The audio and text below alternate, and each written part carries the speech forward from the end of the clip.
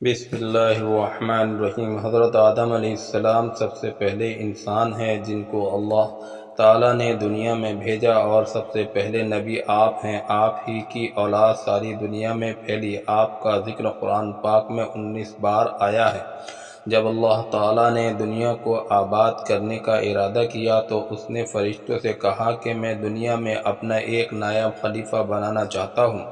فرشتوں نے کہا، اے اللہ، تو دنیا میں ایسے شخص کو نائب بنانا چاہتا ہے جو خرابیاں کرے اور خون کرتا پھرے، پھر ہم تیری تعریف کرنے کے لیے ساتھ تیری تسبیح اور پاکی بیان کرتے رہتے ہیں۔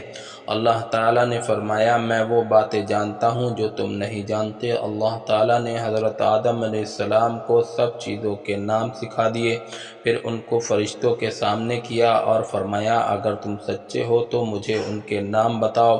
انہوں نے کہا کہ تو پاک ہے، جتنا علم تو نے ہم کو بخشا ہے اس کے سوا ہم کو کچھ نہیں معلوم۔ پھر اللہ تعالیٰ نے فرشتوں کو حکم دیا کہ تم آدم علیہ السلام کو سجدہ کرو، تو وہ سب سجدے میں گر پڑے، مگر شیطان نے سجدہ نہیں کیا۔ اس کا ذکر پہلے بھی آیا ہے۔ اللہ تعالیٰ نے حضرت آدم علیہ السلام سے کہا کہ تم اور تمہاری بیوی جنت میں رہو اور جہاں سے چاہو کھاؤ، مگر ایک خاص درخت کے متعلق حضرت آدم علیہ السلام کو منع کر دیا کہ اس کے قریب بھی نہ جانا، اور نہ ورنہ تم بھی ظالموں میں سے ہو جاؤ گے۔ اسی طرح اللہ تعالیٰ نے حضرت آدم علیہ السلام کا امتحان لیا کہ دیکھیں یہ ہمارا کہنا مانتے ہیں یا بھول جاتے ہیں اور شیطان کے بہکاوے میں آ جاتے ہیں۔ شیطان جو پہلے ہی حضرت آدم علیہ السلام سے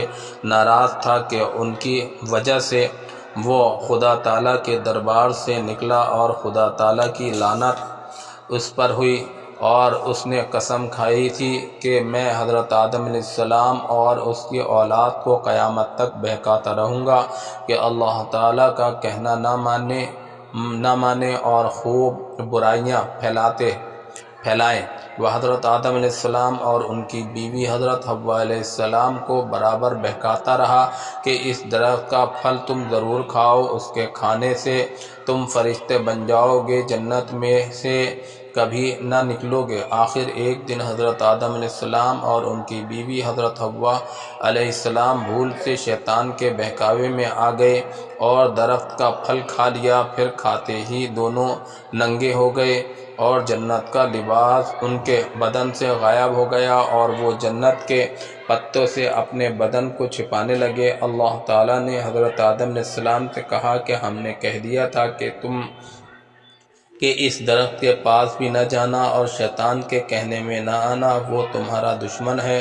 تم اس کے کہنے میں آ گئے، اب تم اور حوا جنت سے چلے جاؤ اور دنیا میں جا کر رہو۔ حضرت آدم علیہ السلام کو جنت سے نکلنے اور شیطان کے بہکاوے میں آنے کا بہت رنج ہوا، اور بہت عرصے تک اللہ تعالیٰ نے معافی مانگتے رہے اور روتے رہے کہ اللہ تعالیٰ مجھے معاف کر دے۔ آخر اللہ تعالیٰ کو رحم آیا اور حضرت آدم علیہ السلام کو یہ دعا سکھائی کہ اے ہمارے رب، ہم نے اپنے اوپر ظلم کیا اور تو ہم پر رحم نہیں کرے گا تو ہم بڑا نقصان اٹھانے والوں میں سے ہو جائیں گے۔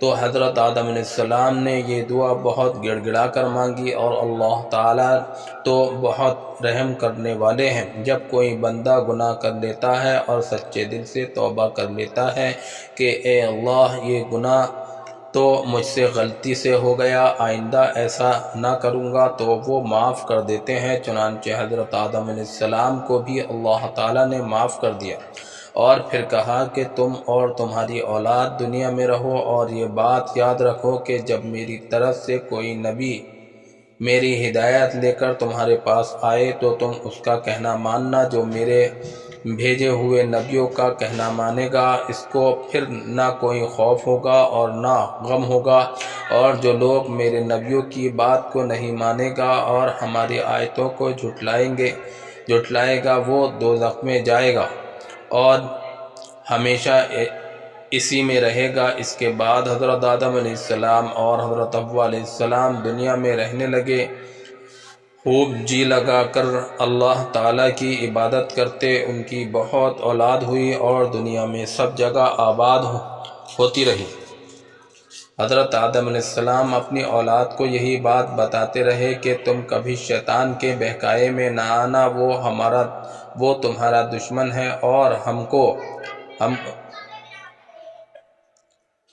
حضرت آدم علیہ السلام اپنی اولاد کو یہی بات بتاتے رہے کہ تم کبھی شیطان کے بہکاوے میں نہ آنا، وہ ہمارا دشمن ہے اور ہم کو بری باتیں کرنے کے لیے بہکاتا رہتا ہے۔ ہمیشہ اللہ کی عبادت کرنا، سچ بولنا، کسی پر ظلم نہ کرنا، ایک دوسرے کے نیک کاموں میں مدد کرتے رہنا۔ آخرکار حضرت آدم علیہ السلام 900 سال زندہ رہ کر وفات پا گئے۔